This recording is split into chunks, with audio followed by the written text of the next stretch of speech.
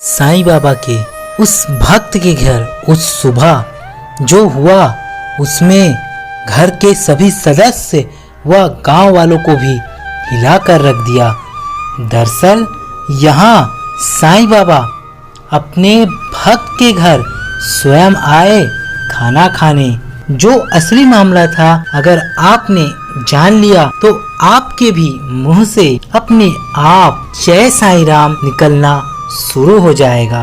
भक्तों, तो चलिए जानते हैं आखिर क्या हुआ उस दिन। दोस्तों, साईं बाबा बड़े दयालु हैं। भक्तों की मन की पुकार सुनकर दौड़े चले आते हैं। साईं बाबा के चमत्कार के बारे में आपने तो कई बार सुना होगा, पर आज मैं साईं का जो चमत्कार आपको दिखाने जा रहा हूँ, यदि आप साईं को दिल से मानते हैं तो आज हम उनके चमत्कार आपको दिखा रहे हैं। एक बार सच्ची श्रद्धा के साथ कमेंट बॉक्स में ओम साईं राम जरूर लिखें। भक्तों, ये घटना है साईं बाबा के परम प्रिय भक्त की और कैसे बाबा ने उनके स्वप्न में आकर भक्त को दिया घर आने का आदेश। तो चलिए वीडियो शुरू करते हैं। भक्तों, सन 1917 में होली पूर्णिमा के दिन हेमांड पंत को एक स्वप्न हुआ। बाबा उन्हें एक सन्यासी के वेश में दिखे और उन्होंने हेमांड पंत को जगाकर कहा कि मैं आज दोपहर को तुम्हारे यहाँ भोजन करने आऊंगा।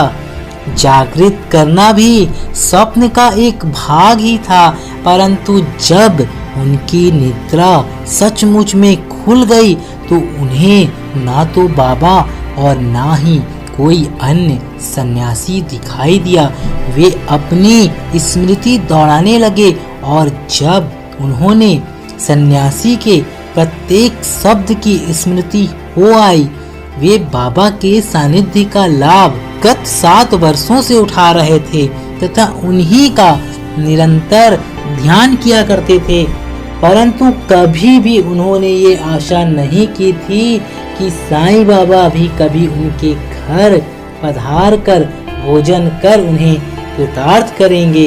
बाबा के शब्दों से हर्षित होते हुए वे अपनी पत्नी के पास गए और कहा, आज होली का दिन है, एक सन्यासी अतिथि भोजन के लिए हमारे यहाँ पधारेंगे, इसलिए भात थोड़ा अधिक बनाना।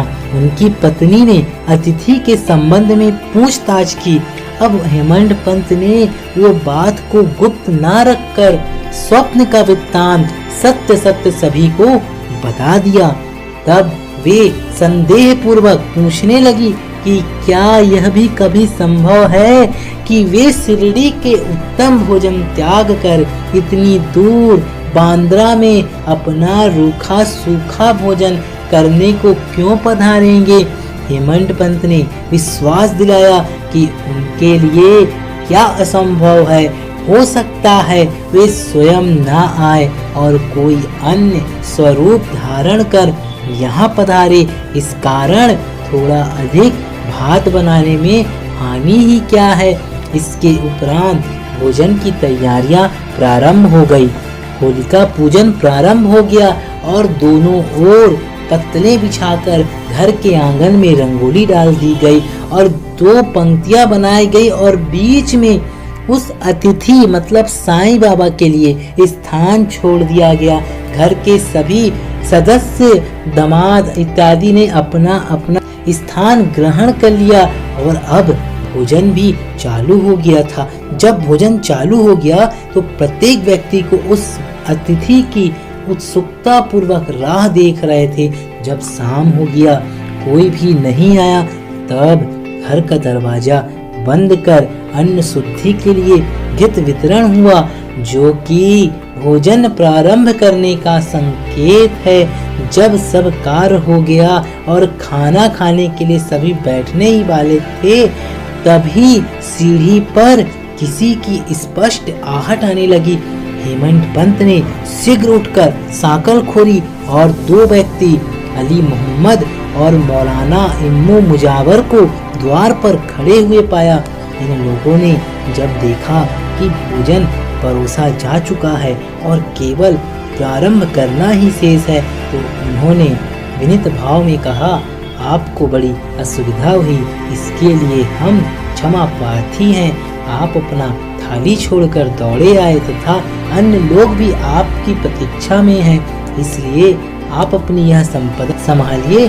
और ऐसा कहकर उन्होंने कागज के पत्रों में लिपटा हुआ एक पैकेट निकालकर उन्हें दे दिया।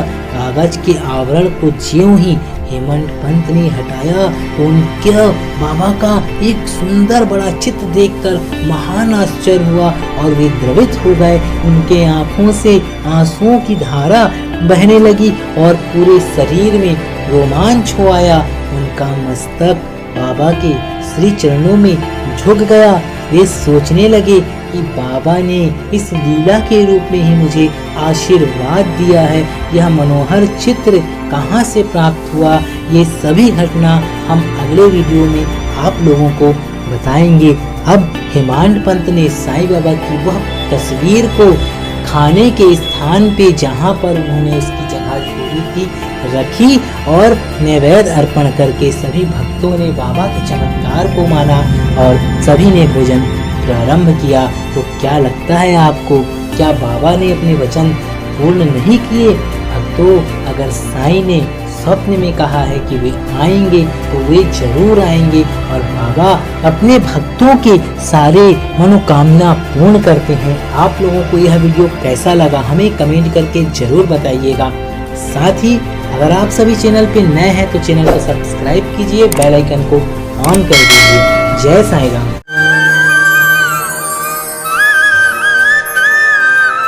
ओम श्री साईनाथाय नमः।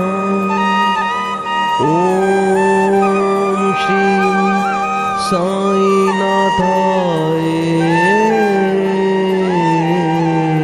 नमः। ओम श्री साईनाथाय